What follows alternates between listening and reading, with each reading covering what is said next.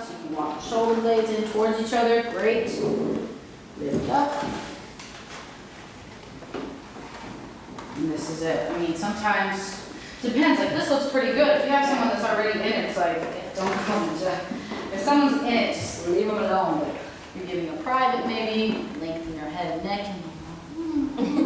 Okay. Don't go for this one just yet. This is a little more advanced. I can't really know where you're stepping. And if they're just hinge at your hips a little bit, like, yeah. Like sometimes, a lot of times you'll see people like that. So an easy way to just get in there is just like get in there, lengthen your spine. You're kind of like a wall to lengthen it, okay? But the standard is this guy here, grab. They're like bending their knees and it's right at your elbow crease. And you're using your bones to lift them up. Walk their elbows in nice and tight, let them lift. I mean, sometimes I've had people lift me up so high and I'm like, whoa. Lift, release them down, but keep your feet like squeezing their elbows towards each other. And lengthen. Sometimes people, when you flex their feet, they do this tapping of the feet just to stimulate.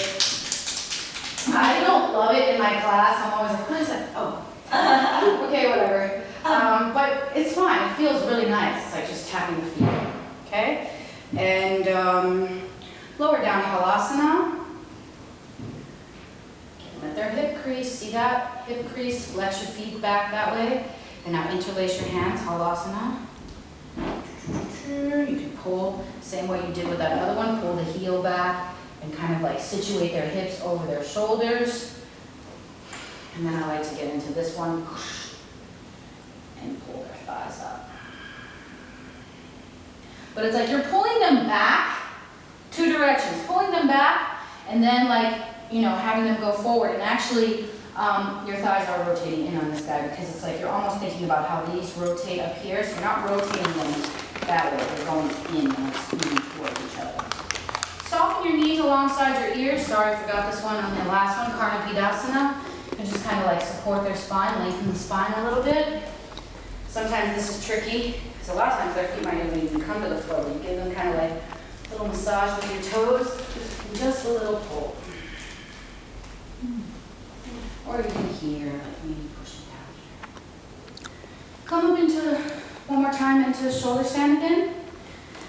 One last assist. This is a more advanced, a little more tricky, but it feels amazing.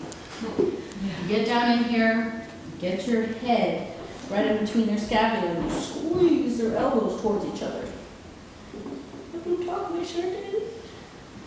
And then you extend into like a downward dog on your head. Squeeze their elbows towards each other and then bring your legs towards me. And they can stretch back. And it feels amazing. And they're just stretching their front body out a little bit. This is an excellent assist.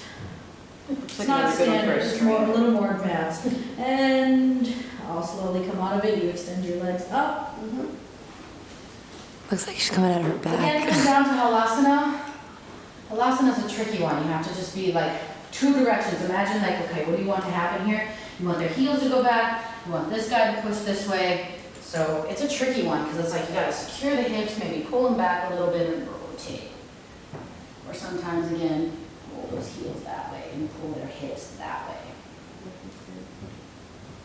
And then Karnapidasana, bend your knees alongside ears. You can like just let them do their, I usually am not all up in people's situation in Karnapidasana, but again, you know, this guy, massage the feet. Suggest them to like kind of stretch this way while their arms go that way. And then release, fingertips to the floor, and then palms to the floor, slowly roll down. And again, you're here with them. Sometimes I catch their feet and just kind of like shake it out, release. And then remove the padding. We'll just